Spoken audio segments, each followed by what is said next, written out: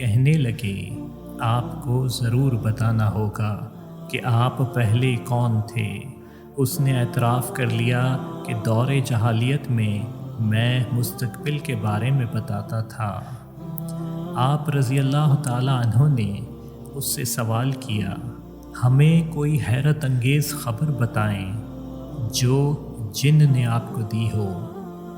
اس نے بتایا، ایک دن میں بازار میں تھا، موکل میرے پاس آیا اور کہا، کیا آپ جانتے ہیں کہ جن مایوس ہو گئے ہیں، ان کی طاقت ختم ہو گئی ہے، اب جنوں کو آسمانوں کی خبریں سننے نہیں دی جا رہیں تاکہ آسمانوں پر نہیں جائیں اور اونٹ سواروں یعنی عرب کے ساتھ چلیں۔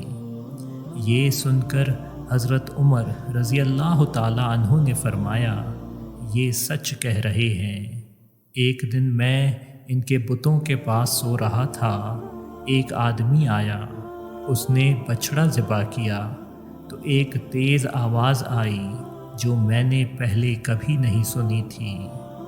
اس آواز میں کہا جا رہا تھا، اے بے وقوف مجرم، کامیاب ہونے کی بات یہ ہے جو ایک انسان آ گئے ہیں اور کہتے ہیں اللہ تعالیٰ کے سوا کوئی عبادت کے لائق نہیں۔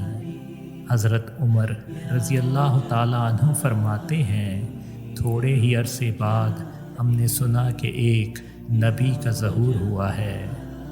حضرت عمر رضی اللہ تعالیٰ عنہ کے اسلام قبول کرنے کی کافی روایتیں ملتی ہیں، لیکن زیادہ تر کی سند کمزور ہے۔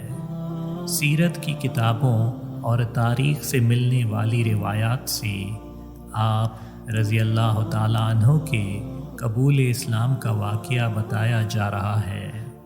ایک دفعہ مشرکین مکہ رسول صلی اللہ علیہ وسلم کے بارے میں فیصلہ کرنے کے لیے ایک جگہ جمع ہوئے۔ پوچھا گیا، کون ہے جو محمد صلی اللہ علیہ وسلم کو قتل کرے گا؟ حضرت عمر رضی اللہ تعالیٰ عنہ ابھی انہی کے ساتھ تھے اور اس وقت تک مسلمان نہیں ہوئے تھے۔ کہنے لگے، یہ ذمہ داری میں لیتا ہوں۔ قریش کے لوگوں نے جواب دیا، بے شک آپ ہی یہ کر سکتے ہیں۔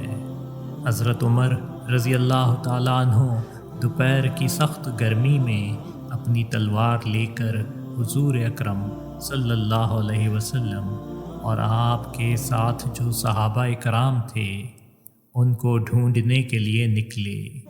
جن صحابہ نے حبشہ ہجرت نہیں کی اور حضور اکرم صلی اللہ علیہ وسلم کے ساتھ رہے، ان میں حضرت ابو بکر صدیق رضی اللہ تعالیٰ عنہ، حضرت علی رضی اللہ تعالیٰ عنہ اور حضرت حمزہ رضی اللہ تعالیٰ عنہ شامل تھے۔ حضرت عمر رضی اللہ تعالیٰ عنہ کو بتایا گیا کہ یہ سب لوگ دارائے ارقام میں موجود ہیں۔ نعیم بن عبداللہ نہم نے آپ رضی اللہ تعالیٰ عنہ سے پوچھا، عمر کہاں جانے کا ارادہ ہے؟ آپ رضی اللہ تعالیٰ عنہ نے فرمایا، میں سبھی یعنی وہ شخص جنہوں نے اپنا دین بدل لیا ہو کو قتل کرنے جا رہا ہوں۔ وہ جنہوں نے قریش کے لوگوں کو الگ الگ کر دیا، ان کی عقلوں کو ناقص کہہ دیا، ان کے مذہب پر تنقید کی اور ان کے خداؤں پر الزام لگائے۔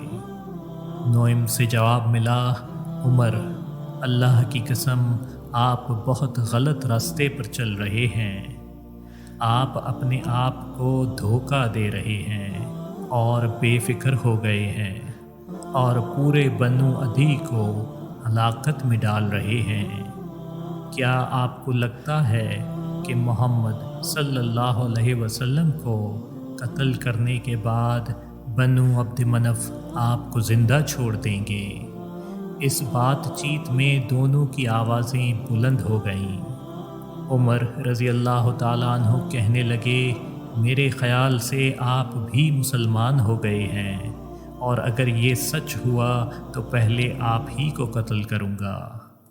جب نہم کو اندازہ ہوا کہ حضرت عمر رضی اللہ تعالیٰ عنہ کو نہیں روکا جا سکتا تو انہوں نے کہا، عمر، آپ کے گھر کے لوگ اور آپ کے بہنوئی مسلمان ہو گئے ہیں۔ انہوں نے آپ کو اور اس گمراہی کو چھوڑ دیا ہے جس پر آپ ابھی تک ہیں۔ آپ رضی اللہ تعالیٰ عنہ نے کہا، مجھے ان کے نام بتاؤ۔ جواب میں بتایا گیا، آپ رضی اللہ تعالیٰ عنہ کی بہن اور چچا زاد بھائی۔ اس کے ساتھ ویڈیو کے پارٹ 1 کا اختتام کرتے ہیں۔ نیکسٹ پارٹ میں ہم آپ کو حضرت عمر فاروق رضی اللہ تعالیٰ عنہ کے اسلام قبول کرنے کا پورا واقعہ بتائیں گے۔ پارٹ 2 کا انتظار کریں، اور اگر آپ کو ویڈیو پسند آئی ہو تو ضرور لائک اور شیئر کریں تاکہ دوسروں تک بھی سیرت صحابہ کرام پہنچے۔ مستقبل میں مزید اصحاب رسول کے بارے میں جاننے کے لیے ہمارا چینل سبسکرائب کریں۔ شکریہ۔